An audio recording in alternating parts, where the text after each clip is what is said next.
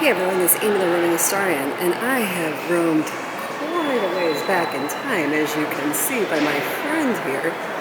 And I am at the Field Museum in Chicago, about ready to enter the Griffin Hall of Evolving Planet. And I love what the Field Museum does here. They show how paleontology work is done. We have scientists who are preparing fossils. I love that megalodon jaw that you can go, you can stand behind and take pictures. And so we're going to enter in here. And I'll just give you a little bit, so it really prepares you. You're getting excited. You see these replicas. We see Maximo, this dinosaur skeleton on the Grand Hall. And then we come in.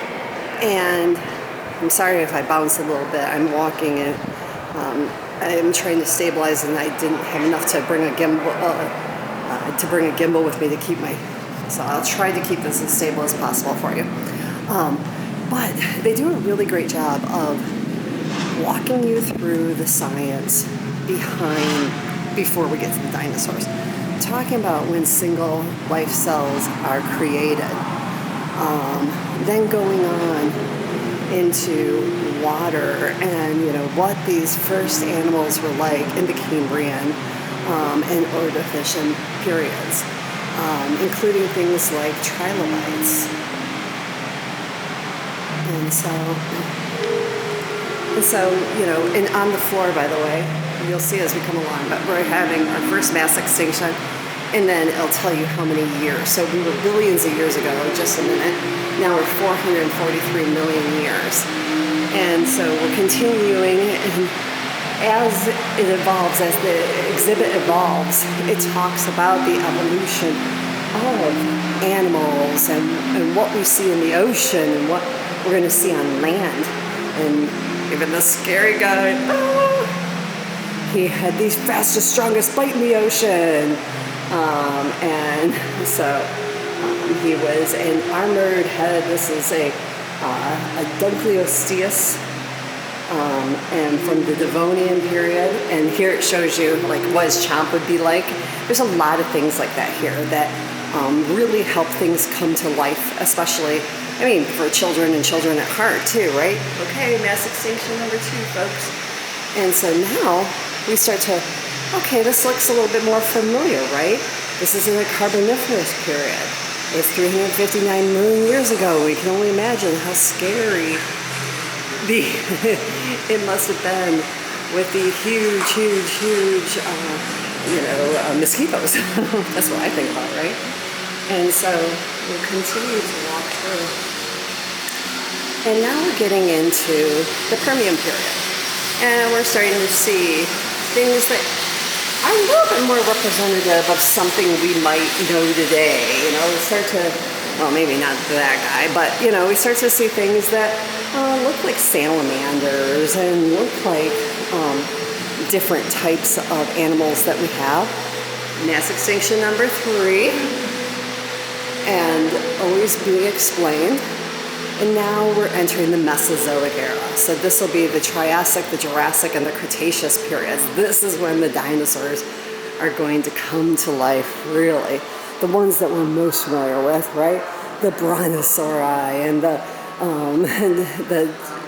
Triceratops and the Stegosauruses and the Platypuses and so all the sauropods that we think of when we think of it. And of course the Tyrannosaurus Rex, the T-Rex. And Sue, here's an Apatosaurus.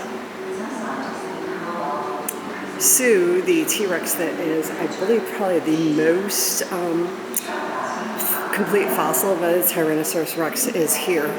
And her head is so heavy that she has to be somewhere different. And so there we have a Stegosaurus.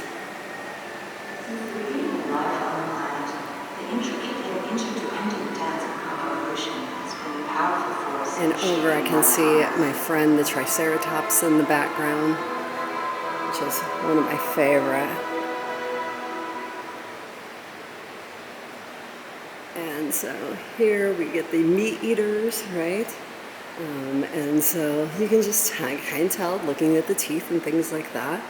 We're looking at a meat eater, Duspleetosaurus. And then over here, there's your Triceratops. And here is a Maisaura and a Paracephalus. Alright, are you guys ready? You ready to see Sue? You want to see a big T-Rex? I do. So we're going to continue on. We're going to decline. We're going to decline right now the photograph, but they do great things like take photographs so it looks like you have a T-Rex in back of you. And so we're going to continue on. And oh, goodness gracious. And here we go. And so just take a look at her here, okay, folks? Here is Sue's real skull. And it is not with the rest of the skeleton because it is too heavy. And it was deformed during fossilization. I think you can probably see how deformed it is. Okay, are you ready? Are you ready to see her? I see her. And here, the king among kings, or in this case, the queen among queens, Sue, the Tyrannosaurus Rex, in all her glory. And it is just absolutely fabulous, folks. Just amazing. And I'll try to get you a view here. Ah, look at her. And they'll have, in a little bit, the movie will come on.